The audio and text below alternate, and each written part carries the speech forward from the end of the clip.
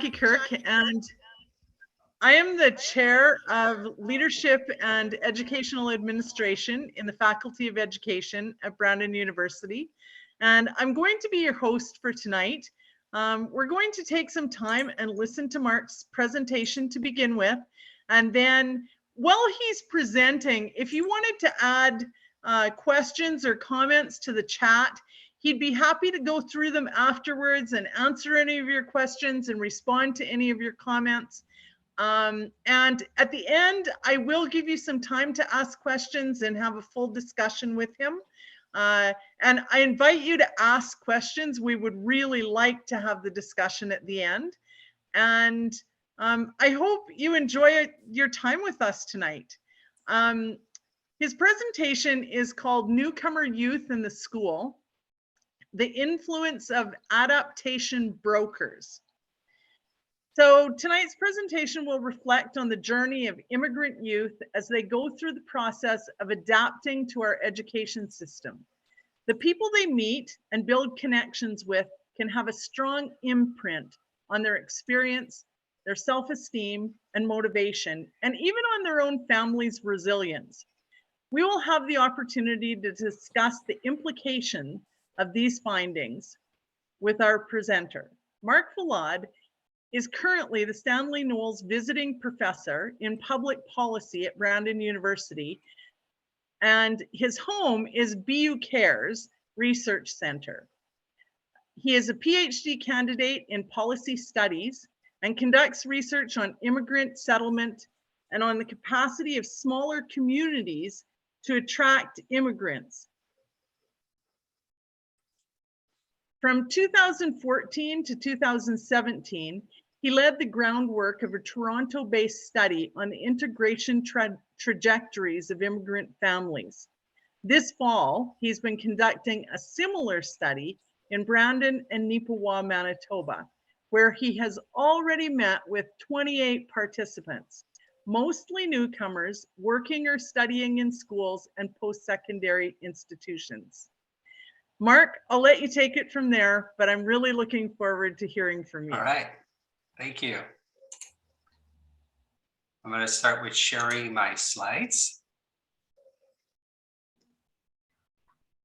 Let me see there. That looks good.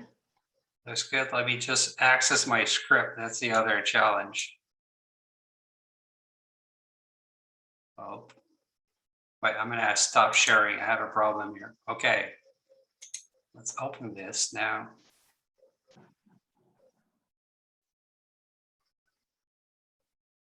It won't be long. Okay,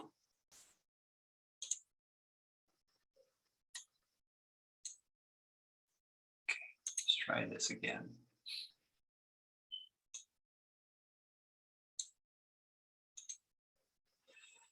Okay, take two.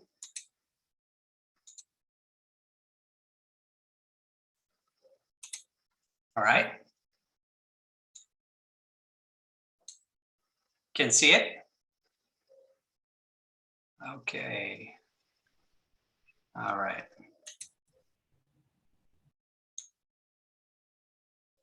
So, good evening, everyone, and thank you, Jackie. I will speak tonight from the standpoint of a researcher who has listened and analyzed dozens of immigrants' testimonies about their settlement processes in both urban and rural environments. Now, I need to, all right. So, there are some elements I want you to consider before I delve in my topic. First, since the policy impetus in Canada is to use immigration as a nation and economic building tool, I will acknowledge that all migrants that set foot in the country are here for the same reason: to join as full contributing members of our society. So when I use a term immigrant, I include all of other terms like newcomer, refugee, guest worker, temporary or permanent. Second, integration has been reconceptualized in immigration scholarship and within the settlement policy in the last 2 decades. It is now more aptly defined as a two-way street process. You might have heard that expression before, but how does it work really? Well, to start with, a two-way street process implies that people from different directions come closer to one another and with their own standpoints, exchange openly and welcomingly about who they are, and complement each other's with their unique identities and contributions. I also need to say a word about adaptation brokers. I will explain the concept more in detail later, but for now, let's say this is someone that helps newcomers adapt to the environment, who introduces support services and people. So without further ado, I'd like to start by relating 2 vignette stories of newcomer youth interviewed a few years ago. Their stories will be somehow self-explanatory and will allow me to ground the rest of my presentation in these concrete experiences. Let's start with Katya's story. Katya is the youngest of 3 children who came from Syria with their parents. 2 weeks after landing, her father dropped her in front of the neighborhood's elementary school to start the year. Katya was 7-year-old and her heart was pumping. She did not know where to go, who to see. She did not even speak English and was shivering like a leaf. When she showed her name, written on her school bag, Katya was steered towards her first period class.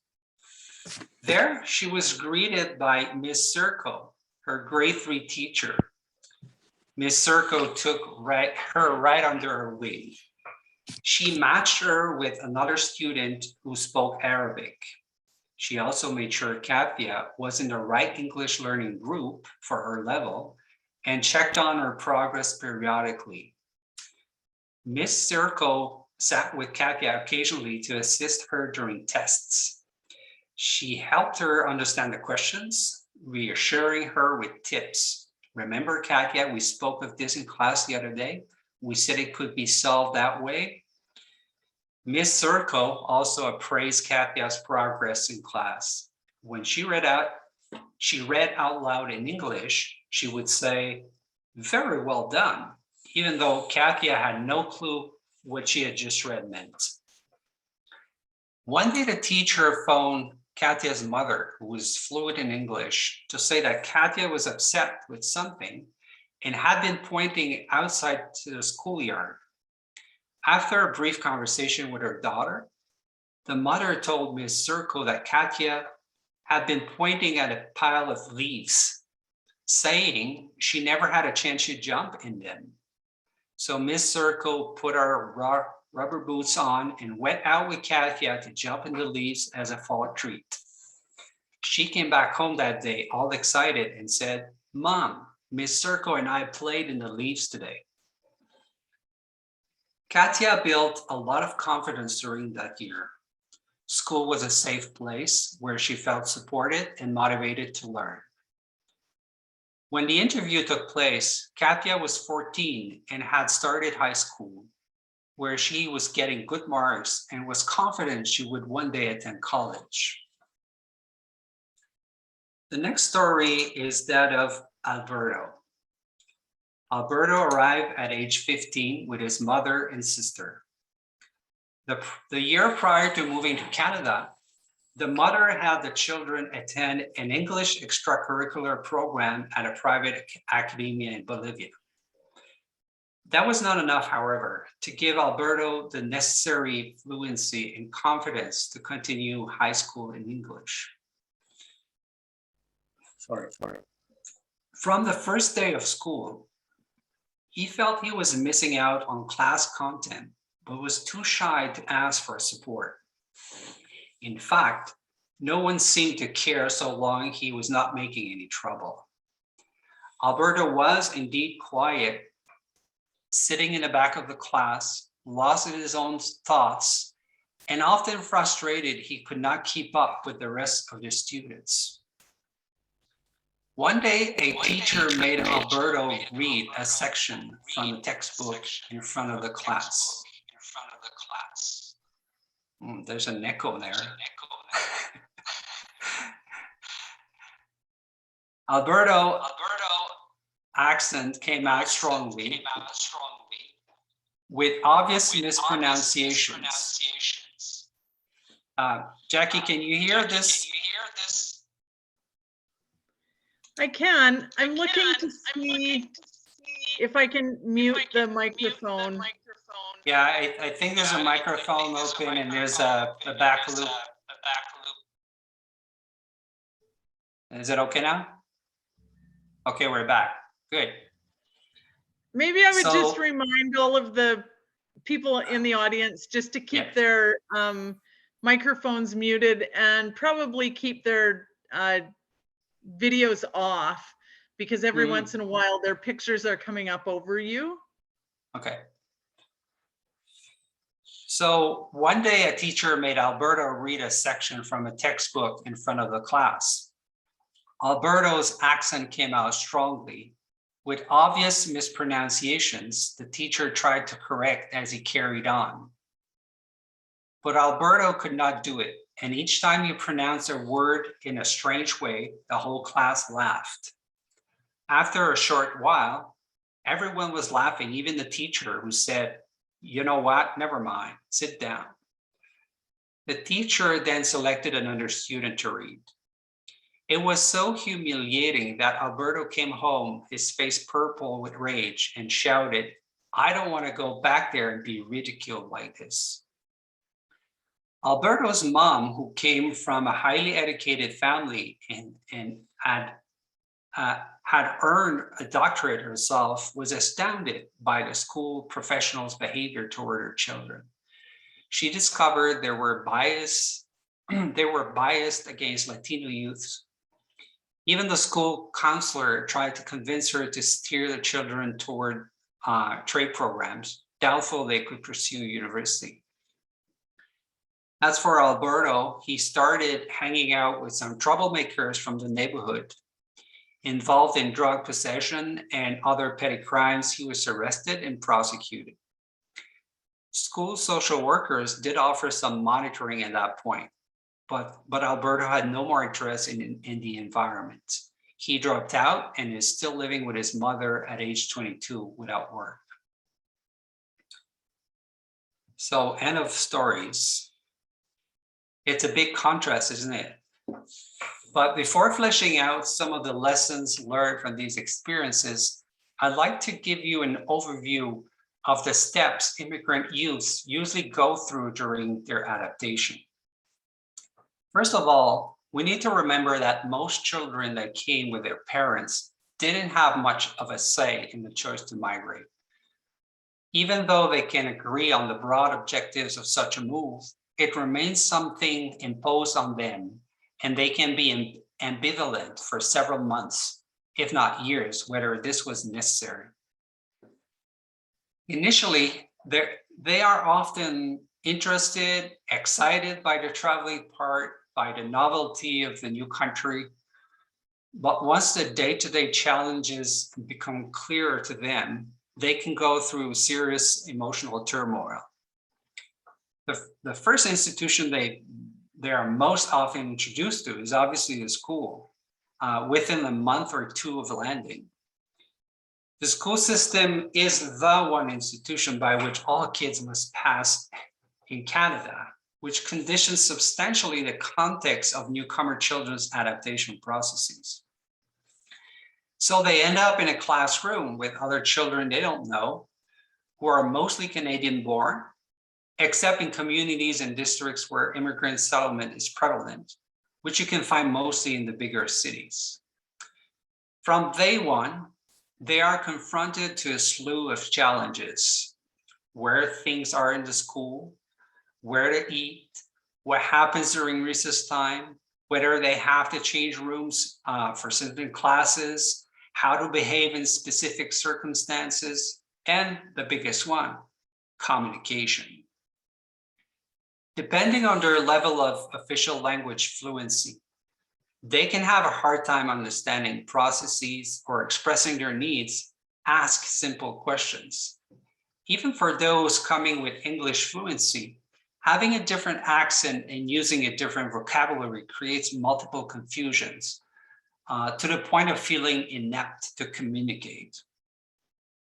And then they will be propelled head-on into different academic classes and materials during the initial weeks, including language classes or tutoring where available.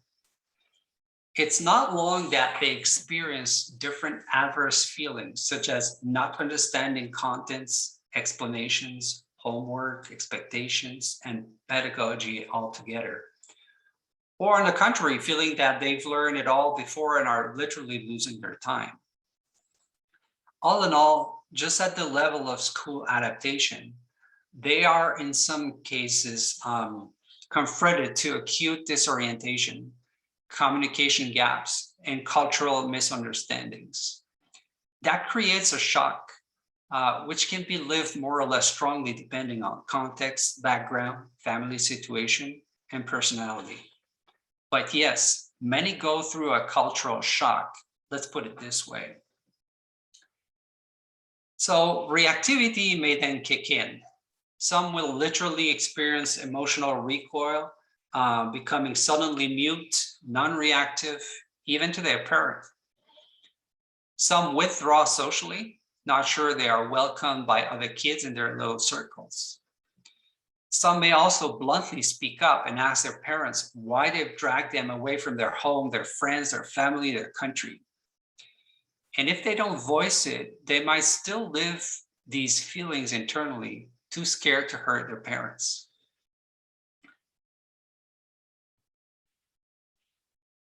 Finally, during that phase, many will enter what I call an observational stasis, during which they simply lay low while surfing on top of things, observing people and processes more than engaging with them.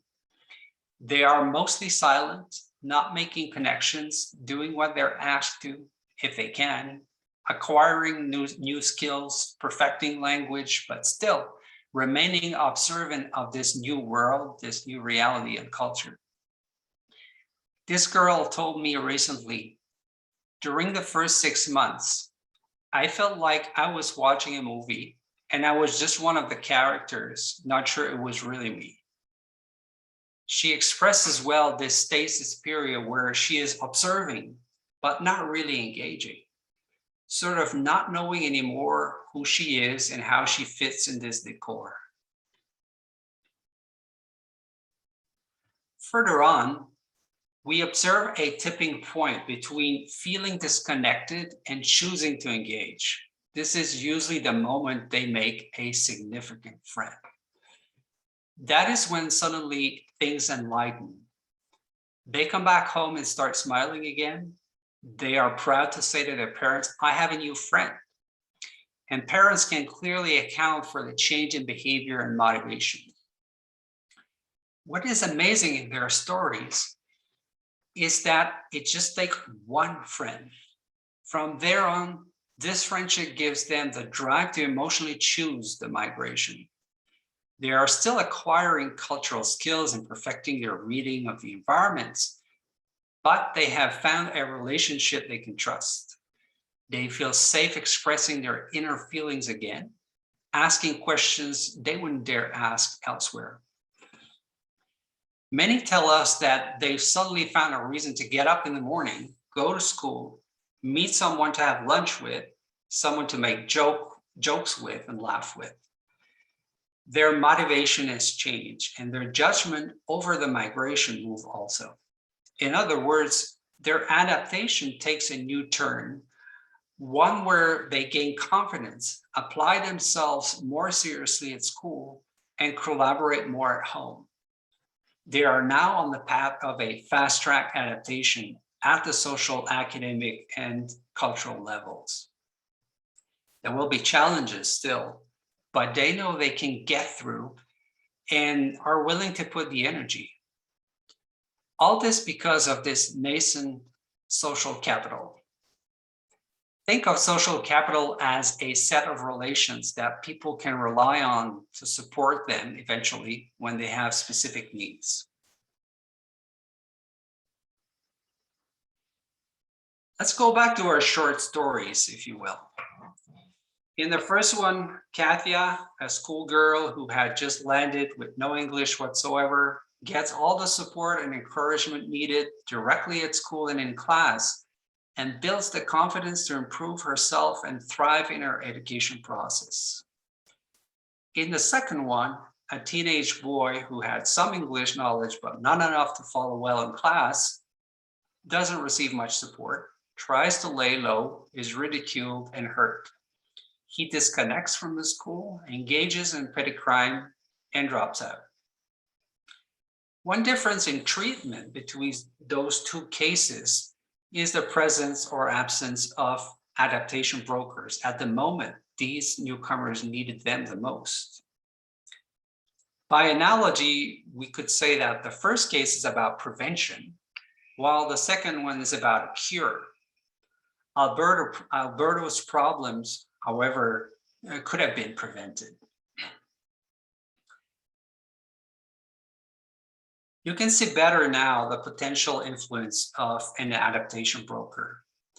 An adaptation broker is, as it emerges from our data, a welcoming and not judgmental figure that acknowledges the stress or challenges a child goes through when setting foot in the new environments.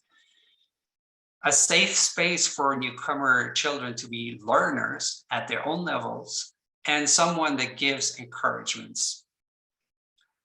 Someone who identifies learning and adaptation challenges and mobilizes resources to help them deal with these, and who supports the child and its progress. Someone who introduces new social capital.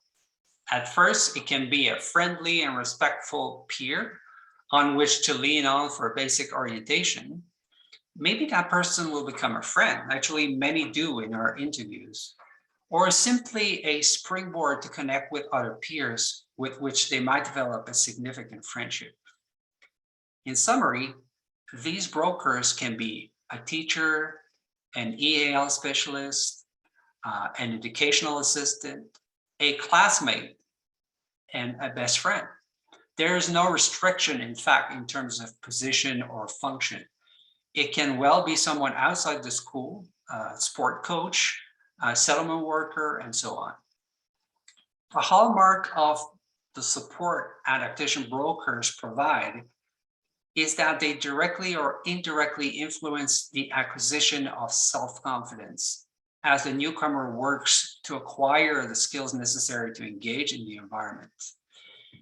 This confidence adds to newly acquired skills, such as evolving language competencies, to create a new sense of agency in the mind of these children and youth. From there on, they believe that they can do it, that they can adapt to the system and society.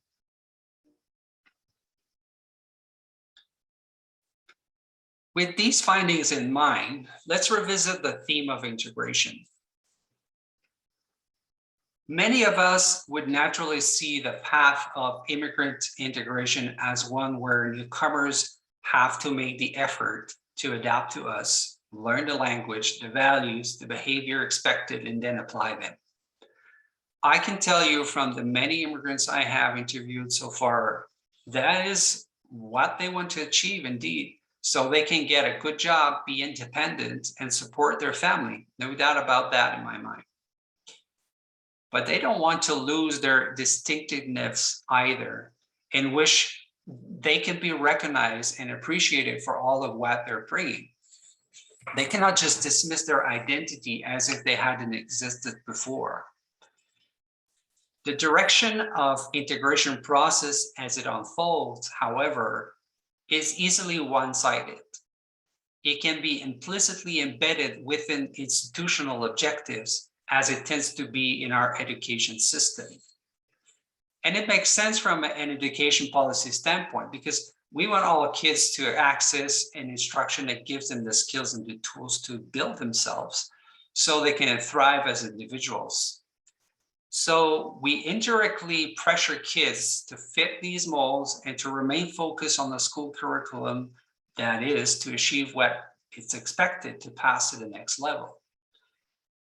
Even immigrant parents want their children to adapt rapidly to school and perform, sort of match their Canadian-born schoolmates and progress at the same pace. They don't want their kids to be left behind, treated as if they had less potential. Nonetheless, newcomer children are propelled within the system quite fast and often with very minimal support. How many times have I heard, oh, children adapt so fast, you know, they are so resilient to change, ... It might be true that children have a great capacity to adapt. However, does this mean we should forego making the effort to foster a positive transition to the system so they can emerge past their cultural shock relatively unscathed? Newcomers entering schools is a growing phenomenon in Manitoba, extending now to rural areas, as more newcomers make a leap of faith in settling in these communities. Are we making sure the right EAL resources, for instance, are present in these communities and their schools? Are we making sure all school staff and teachers get the appropriate training to act as adaptation brokers within their own schools? Are we making sure fellow classmates understand and welcome diversity? Drawing on these findings, I will propose that supporting the adaptation of newcomer children in school may rely on three complementary approaches. The first is institutional. Our education policy and school system should make sure the appropriate training is provided to all staff in terms of understanding the adaptation process of newcomer children and youth. Also, the right resources should be allocated so that newcomer kids get the kind of support they need. Plus, develop and foster a culturally sensitive pedagogy among teachers. At the individual level, each person involved in the school system should feel responsible for making the environment as welcoming and accommodating as possible. In other words, each professional and staff involved also bear a responsibility in terms of attitude, patience, and kindness towards these kids. And I'm sure many, if not most, already embody this attitude on a daily basis. Furthermore, with proper training, they can become more apt at recognizing the needs of newcomer children in terms of communication, cultural translation, and, as I mentioned earlier, to broker connections with supporting relationships. For example, pairing kids with fellow students who have the right empathy and openness to connect, following up regularly with them, assessing their progress and challenges, making sure they are not left in limbo, building a relationship that they can trust. All this appear capital for these kids. And the third approach is community. Schools are not disconnected entities from our communities, nor should they bear alone the responsibility to help newcomers settle and adapt. There are other services and expertise that school professionals can get in touch with if they exist. The federally funded Swiss program, or Settlement Workers in Schools, recently introduced in Manitoba and elsewhere, is quite on point in terms of filling that gap. I have heard nothing but good things about this approach here in Brandon and in Nipoa, which allows settlement workers to step in the school and interact with newcomer students, their families, and school professionals. They often bring the necessary cultural translation that allows both sides, that is, the immigrant family and the school staff, to understand the mentalities of each other's, the school requirements, and act together for the benefit of the child. So that is definitely a move in the right direction. But we shouldn't think that the adaptation challenges of newcomers in schools may rely solely on such a program. however relevant and competent Swiss workers are. To do so would be simply pitching the ball in the mitt of someone else and avoid asking the right question within the school institutions. So I will finish. Oh, I went too far. Okay, I will finish with this. If we don't strive to design and implement a dynamic supporting system for newcomers joining our classes and schools from within the institution, if we don't strive to educate all students to diversity and inclusion in their midst, for instance, have we really walked the talk of the two-way street integration principle? In fact, as a great man once said, the proof is in the pudding. So thank you for listening. I will now give back the microphone to Jackie. Thanks, Mark. That was great. I will open the mic for questions from the audience. If I didn't find any in the chat, but if anybody would like to ask a question, you can either just jump in now or put your hand up and I'll call on you.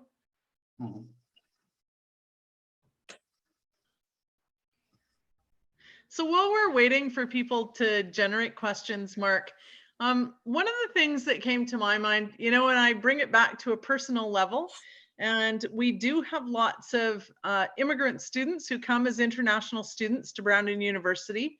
And I always wonder about what more I can do, and whether we should be training adaptation brokers for our community. You know, what are the processes that we should be working on to support both the community of Brandon, but the community of Brandon University as well?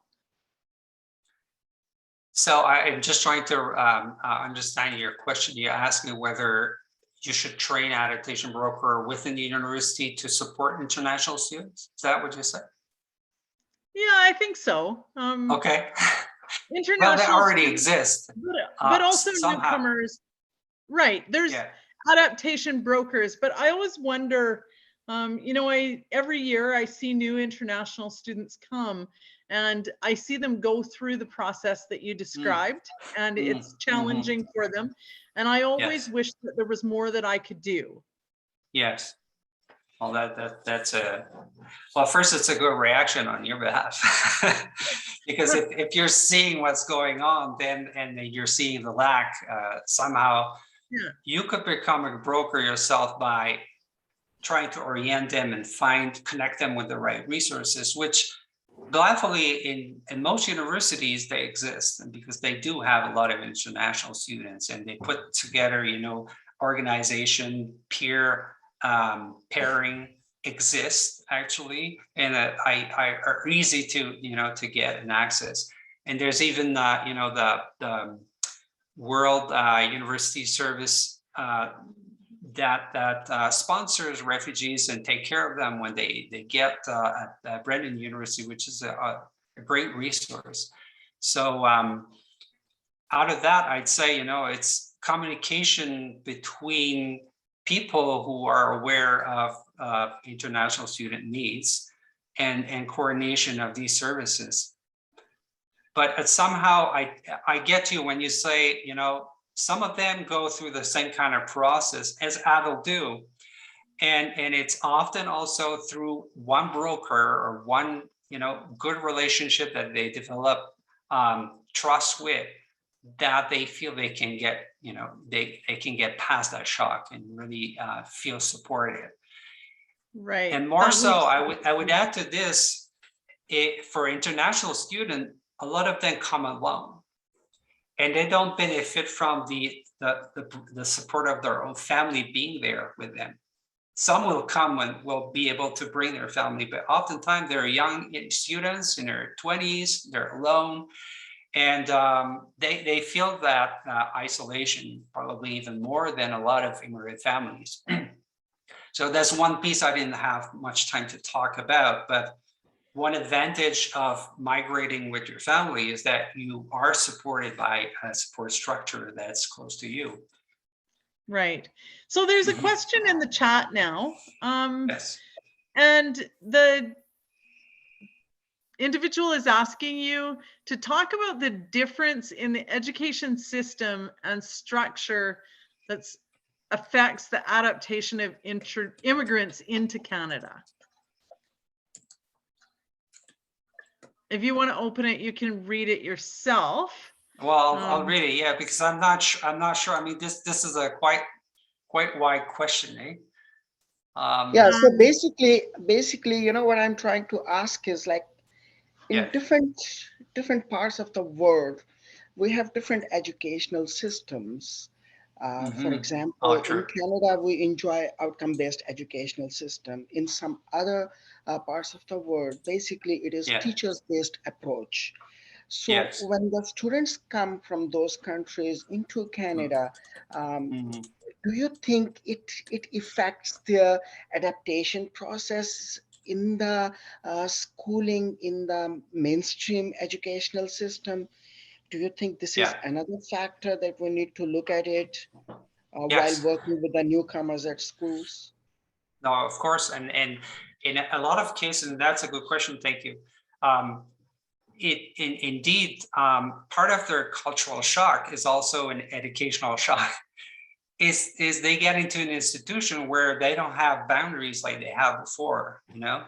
Suddenly they can talk to the teacher, whereas before they couldn't, and they had to call that person teacher. Now they have to call her Mrs., you know, Mrs. Kirk.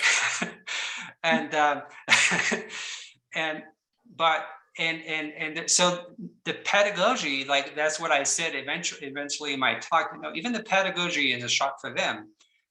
In some countries, schooling is based on taking notes and learning by rote. And so all they do during the day is take notes of what the teacher is writing on the chartboard. Yeah, And kind of suddenly rote here, learning. yeah, exactly. And now here they're like asked to interact, to talk with other kids in the class, teamwork, and they come back home. Conceptual. Yeah, Yeah, it's more conceptual. conceptual, but it's also experiential, you know. And Yeah. so they don't understand what's going on, and their parents either. And oftentimes the parents are the one asking the teacher in the school, well, they didn't come back with any notes in their stuff or any like Yes, homework to do. exactly. Like No homework. Yeah. exactly, what do we do with that? And even the families are often like at a loss with that. And so there's a lot of cultural translation that has to be done at that level of how does the school works here, and what are the benefits of the approach, and what are the objectives, and to secure parents in terms of knowing that their child will eventually progress and thrive, but they cannot like compare our system to theirs because they're different. So it's acceptance of that difference and knowing how to maneuver in it. It's a challenge for the child, and it's a challenge for the family. Yes. So that's part of what I say a cultural shock. Thank you. So You're I welcome. think that answers my second question as well. The cultural differences that also limit the ease at which like newcomer students they adapt into Canadian educational system. Yes. So that answers my that question as well. However, I'm still battling to learn a little more about uh, um, the settle down, the settling, the acceptance level of the newcomer students within the Canadian school system. I'm still battling into this. What do you mean by the settling of those students? Like in majority of the time, these newcomer students, because of their language barrier, because of the cultural differences, they don't adapt, or they're not accepted into mainstream Canadian students. Mm, So it takes a little longer than yes. anticipated, like 5 years, sometimes 6 years, for them to be accepted within that educational system Yes. and be part Yeah. of that. So I think we need to break that barrier. We need to work Hmm. on this, yeah, the sooner the Yes. better. Well, definitely, and it you know there are many there are differences and contexts that are different depending on the school, on the district, on the community in which these immigrants live. But I've heard everything. I mean, there are kids that adapt rapidly and they thrive pretty fast. You don't necessarily know why. Some might have more resilience than other, or Yeah, Mark, there are billions of stars in the sky, and every yes, star shines differently, but they yes, all shine. So similarly, we have different exactly. people with different nature. So some Mm. of them, they do adapt quickly. I Yeah, agree no, with they you. do. What I think that the school and the class teacher must be aware, though, and I touch on this at the end, is to train all students to diversity and inclusiveness, because it shouldn't be to an immigrant children to have to carve its place in a group or carve its place in a class or in the system Cool. somehow, Exactly. but in some places that's what happened. And I've interviewed recently someone who lived in a small village here in Manitoba who said, in 4 years, I haven't made a friend in that school. They're all white, I'm black. And I always felt bullied or ridiculed because I had problem with English. That is unacceptable to me, but it happens. Yeah, And it so does. it shows that there are challenges at different levels. There are communities where, like in Brandon, there are more services, there are more resources, there's also more diversity. And so there's been a progress and advancement at that level, which smaller rural communities don't have yet. And so what Yeah, I call in other research, I said we need to pass from immigrant friendly attitudes to immigrant competent. And in a exactly. sense that it should be a collective objective and a systemic and structural objective of the school and the community it's also. Yeah, just on a light note, even the Queen has an accent, so it doesn't matter. Yeah, we all have. I'm the first one to recognize mine. Yeah, so it doesn't There's a lot matter. of interesting comments in the chat room. Jackie, maybe you can share a couple of them. Sure. We might have time to share all of them, so I'll start with the next one. Oops, sorry. So it says, of course, I recognize that all school staff should see themselves as adaptation brokers, but I think sometimes we don't have someone specifically identified as the person who takes the lead with the role. We can forget to make sure someone is taking the lead. For this reason, I think it's so important to have EAL teachers or another teacher or staff member who is identified in some way as being responsible for ensuring that newcomer students are given some individual specific attention, especially when they first arrive. I totally, yeah. The next one says, it's hard. Many times the dynamic of the family and the environment at home affect the students a lot. Yeah. And the next one is a question. Are the student teachers trained to face multicultural classrooms? And should cross-cultural training be part of the education program in Canadian universities? I'm all for that. I think it's a reality that is now coming down to the rural areas of Canada. I mean, for a long time, and it still is, immigration is a very urban thing in Canada. 90% of immigrants still live in the 9 biggest cities, I think, in Canada. But still, we cannot avoid the fact that population renewal and growth is coming mostly from immigration. That is our population policy. And so we need to embrace it fully at all levels of our education system. As I said earlier, you're going to see newcomers and BIPOC people in small villages now trying to access the school in contexts where the school staff and teacher are not necessarily prepared for that, nor the community either.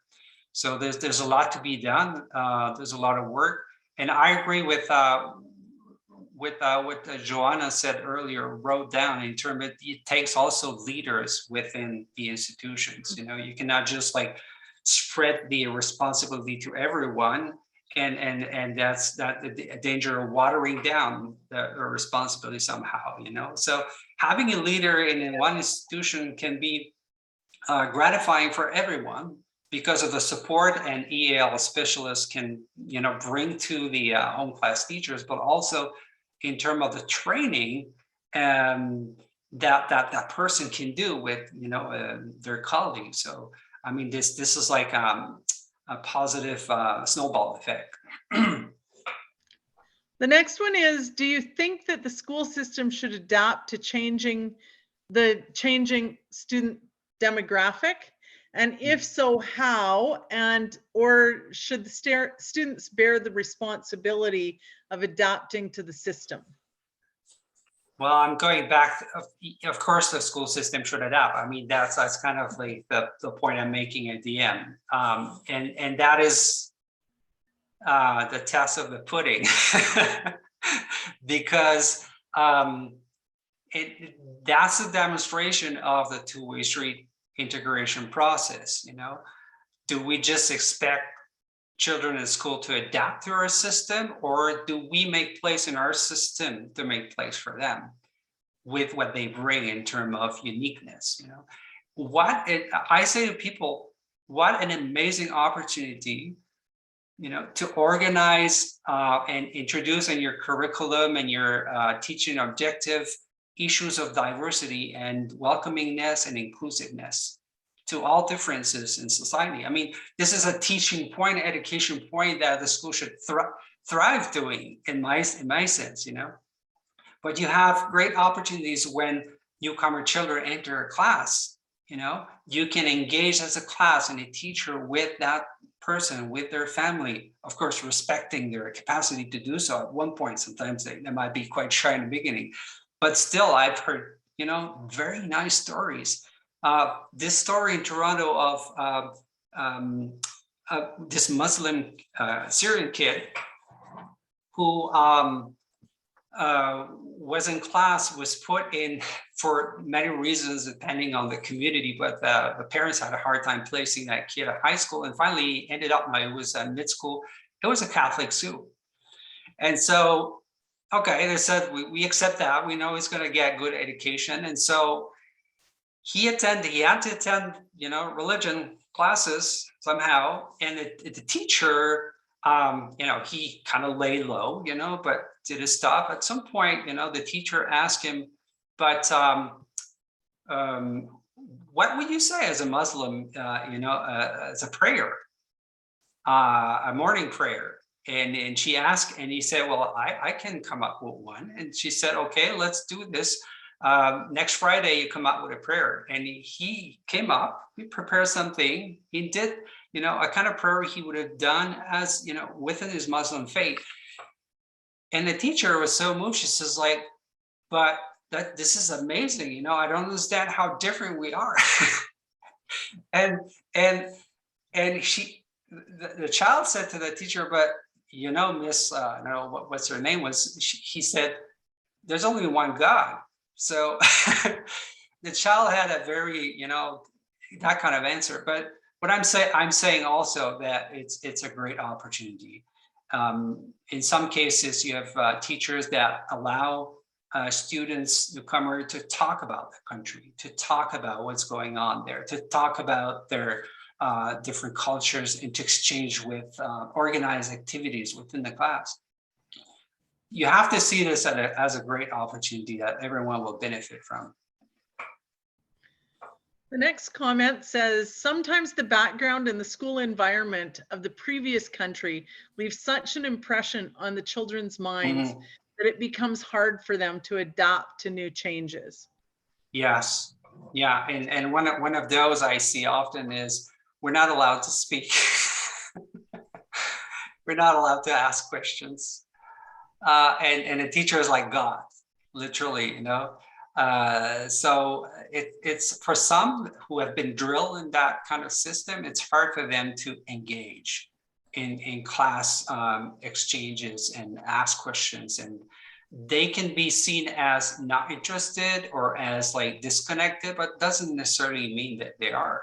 And some Swiss worker will help the teacher understand the standpoint of the kid and the culture he comes from, to make sure that the teacher doesn't like misinterpret what's going on, because you can say, oh, this kid is not interested in my teaching. It doesn't mean that.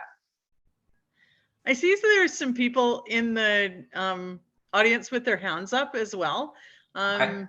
So Janice Benny, do you want to unmute and ask your question? Yes. Hi, Mark. I Hi, wonder, Jency. is there enough EL teachers? Is there enough EL teachers to help out the newcomer children language needs? Or is there any specific teacher-student ratio? Or more hours of support available for the newcomer students in elementary and high school? Well, I cannot answer that question, Jency, because what I did is not a needs assessment kind of research, so I'm not necessarily evaluating all the resources that all schools dispense.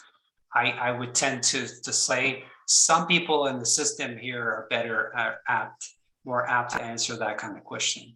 But my intuition, though, from what I heard in some interviews here in Brandon and Ipawa, is there is a need for much more EAL specialists, and as some schools, I've heard that some school division will tend to direct newcomers to specific school depending on their EAL needs, to make sure that they have access to first-hand EAL support. And in other school, if they feel they evaluate the kid as fluent enough, we'll send that kid to a school where there's none of EAL support, and trust that the kid will make sufficient progress in class with their teacher, But that doesn't always work that way. And so that can be an issue. So overall, I think in the rural area, particularly here in Manitoba, there's a lot to do, but it should mirror and follow the trend of settlement in these communities. Natasha Lee, do you want to go next? Sure, thank you. Great work, Mark. So my question relates to policy, and just particularly thinking about Carol Batch's work, the WPR model, what's the policy represented to be, and how she look at policy creating problems. So within the policy solution, there is a problem in it. And so I am wondering if you notice from your own work context where the policy in itself is creating issues or problems for settlement or adaptation. Yeah. Okay, well, that's a big question. I mean, I haven't done a thorough policy analysis at this point either, but from my current knowledge, I think there are different levels of policy that should be involved.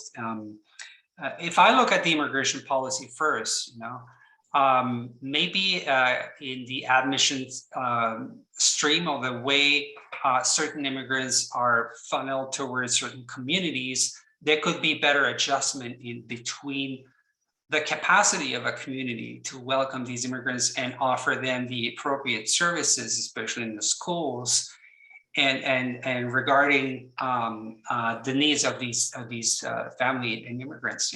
I'm surprised something. I'll take an example that GAR, government assistant refugee, being sent to a small community and they don't speak a word of English, and there's no EAL teacher in the school.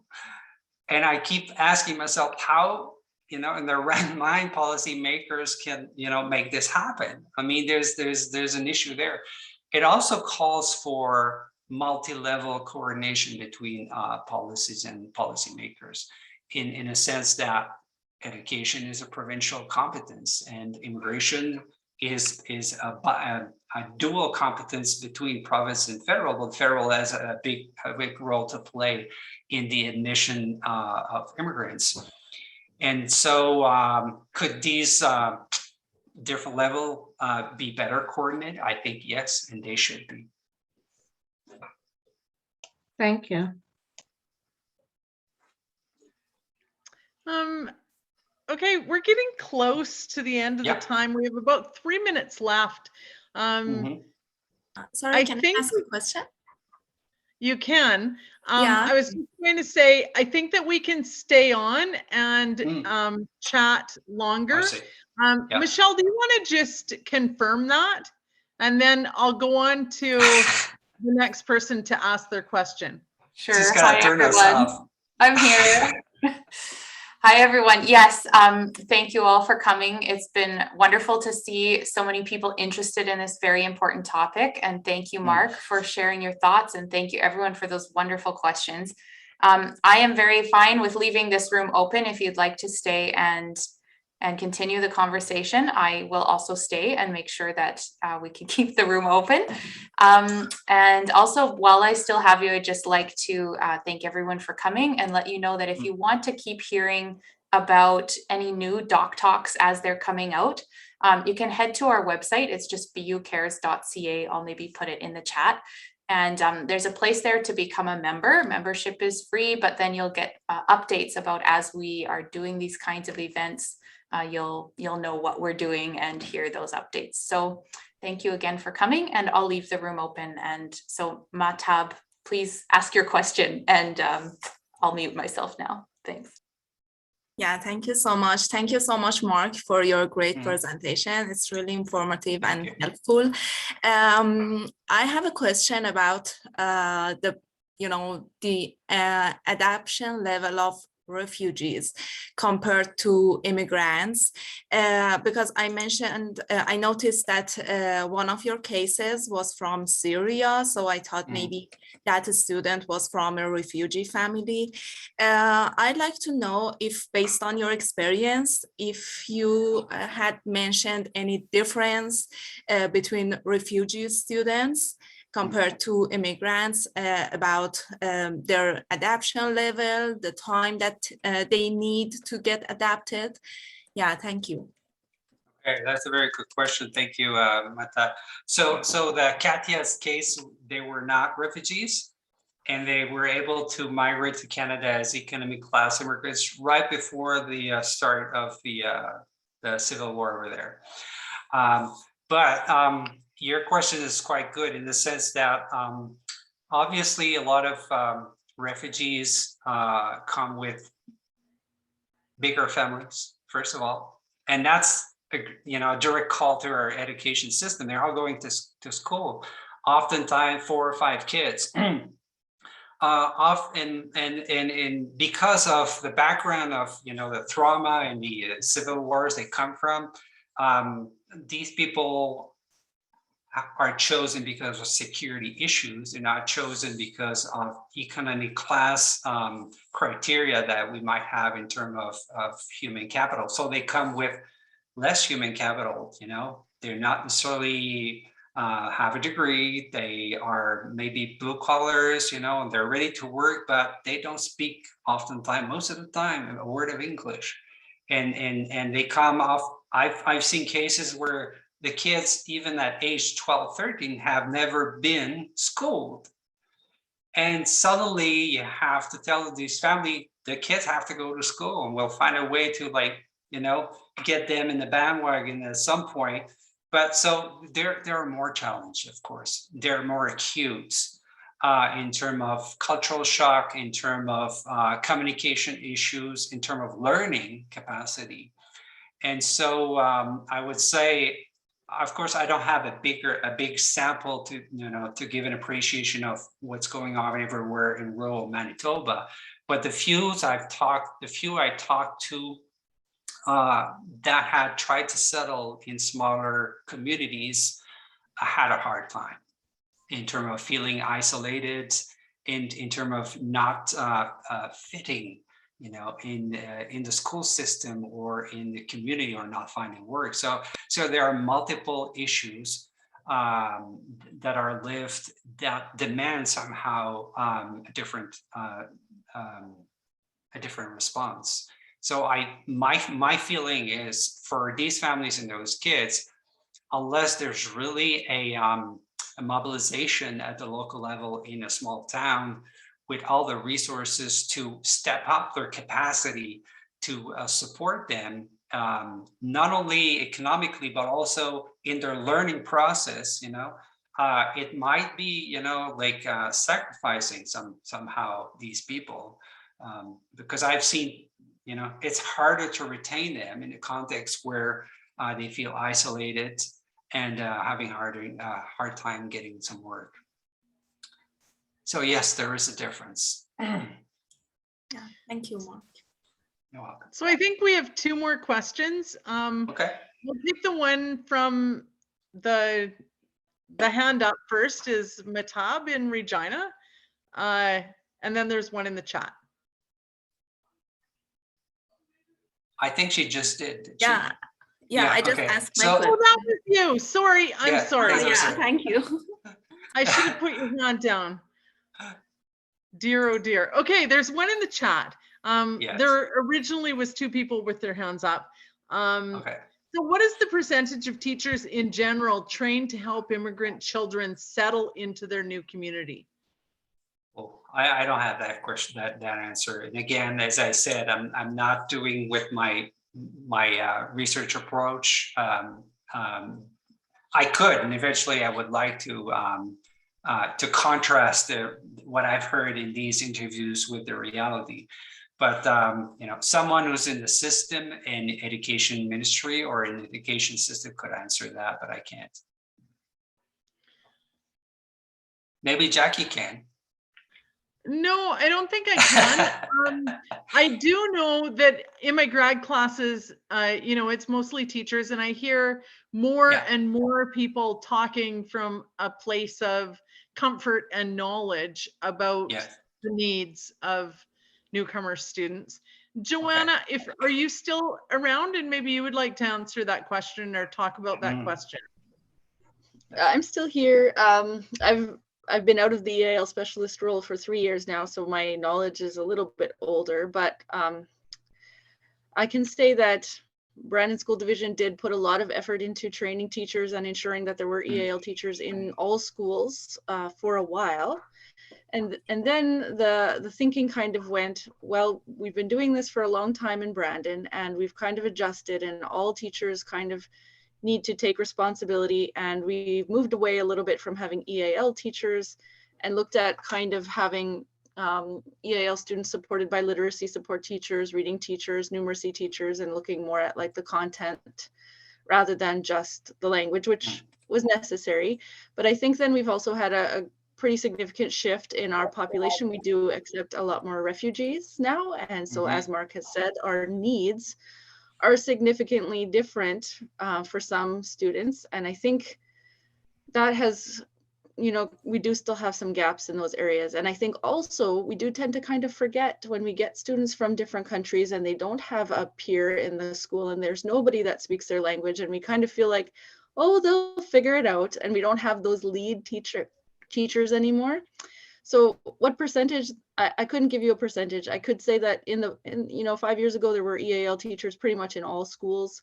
Now that is not the case. So what you're saying is kind of a step back. That's kind of worrying.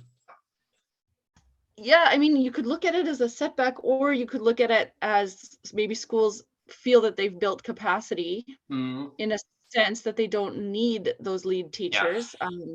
Again, I've been out of that position for 3 years, so I'm not really in a place to say yeah they have or no they haven't, because I don't have my finger on those pulses anymore. But it does concern me that we've removed those kind of positions by title anyway. Hopefully the schools have built the capacity. I mean, I'm always going to advocate for EAL teachers because that's my passion. That's where, I was an EAL specialist for 10 years.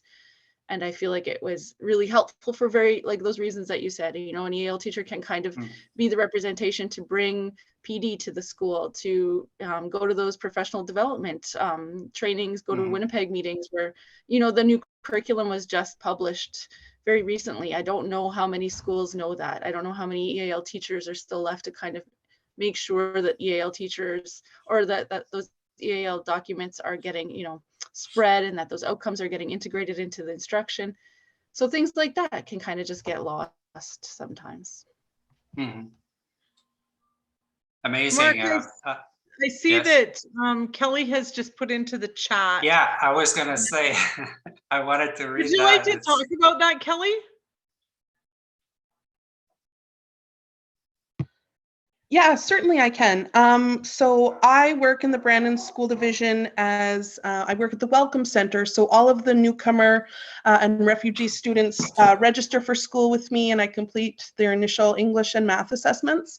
And originally, when the Welcome Center, originally the EAL Reception Center, the school division and the province funded teachers. So most schools had I would say at least half-time, three-quarter time, full-time EAL teachers. Some schools had 2 full-time teachers initially, and then slowly that has been somewhat clawed back. And like Joanna sort of spoke to, it's while we do recognize that a lot of our teachers are well-versed in teaching EAL students and implementing strategies to support these learners, there is a bit of a gap now, because while there's also large teacher turnover and we're graduating a lot of new teachers each year, and there's a lot of admin work in working with EAL students and just making sure that they're accounted for, and that we're recognizing what stage they're at in terms of their language learning. And while classroom teachers are absolutely wonderful, this is one extra thing for them to do. So currently, as I mentioned, Meadows School in Brandon is the only K-8 school that has a full-time 1.0 FTE teacher. The rest are quarter time, or there's a couple half-time teachers. There's vice principals who now have EAL as part of their portfolio. And there's several schools that just don't have an EAL teacher, and my contact at those schools is the resource teacher, because as we all know, when in doubt, involve the resource teacher. So that's something that has slowly changed over the years. And like Joanna mentioned, the more students we get who are EAL students with higher needs, it's glaringly obvious that it's an issue, I would say, politely. Yes. Thank you. I find this discomforting.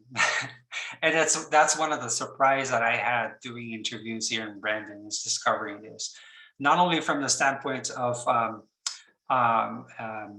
professional working in the system, but also from the standpoint of some immigrant kids that I interviewed, like being in a class with close to no English EAL support, while the kid isn't already, capable of following, and that there's something wrong in that picture in my mind. I can be more blunt than you, Kelly. I was counting on that.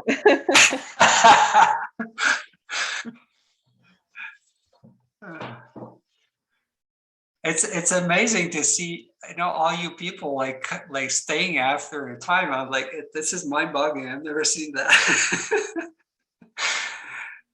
But yeah. I would want to thank everyone for being there and being so active and asking questions and putting comments. And I'm actually, I copied these comments. It's not, don't worry, it remains confidential, but there's a lot of content and questions that I feel like quite relevant. And Michelle has shared with us a recent publication over the language education for newcomers in rural Canada. So it's a needs, opportunities, and innovation kind of paper. So I would, it's already, the link is already there in the chat box. So if you want to make a copy of this, it's a good resource. Say too, if it's behind a paywall for anyone, just let me know and I'll make sure. She's the author.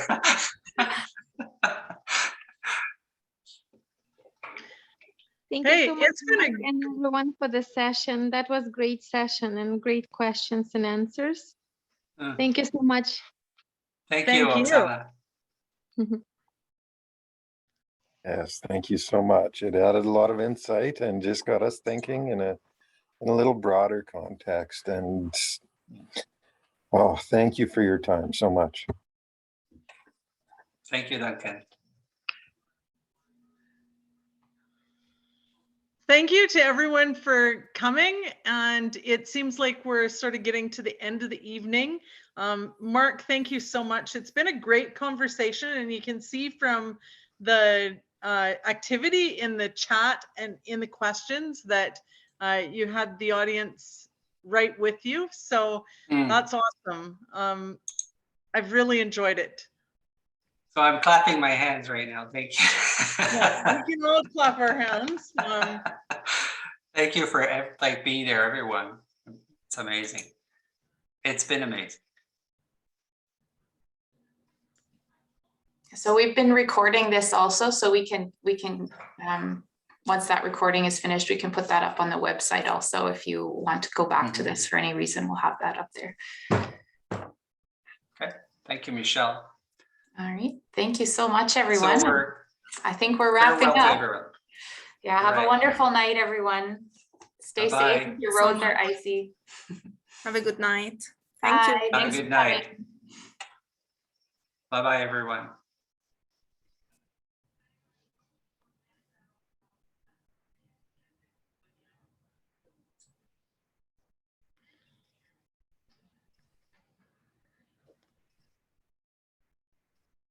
I think I'm probably safe to end it now, right? I think so, yeah. Okay. Thank you, both of you, for being there. Yeah. It's been an amazing experience. Thank you. I had so much fun. Good. It was fun. It was the greatest audience to do that, that talk, and the response is amazing. So I'm really uplifted by it. Uplifted. Yeah. Thank you. All right. So we'll be talking soon. Sounds good. Have a good evening, both of you. We had 39 people at the highest number, I think. Yeah, I saw that. No, it was more than that. When I logged in, it was 45. Oh, in the beginning, you're right.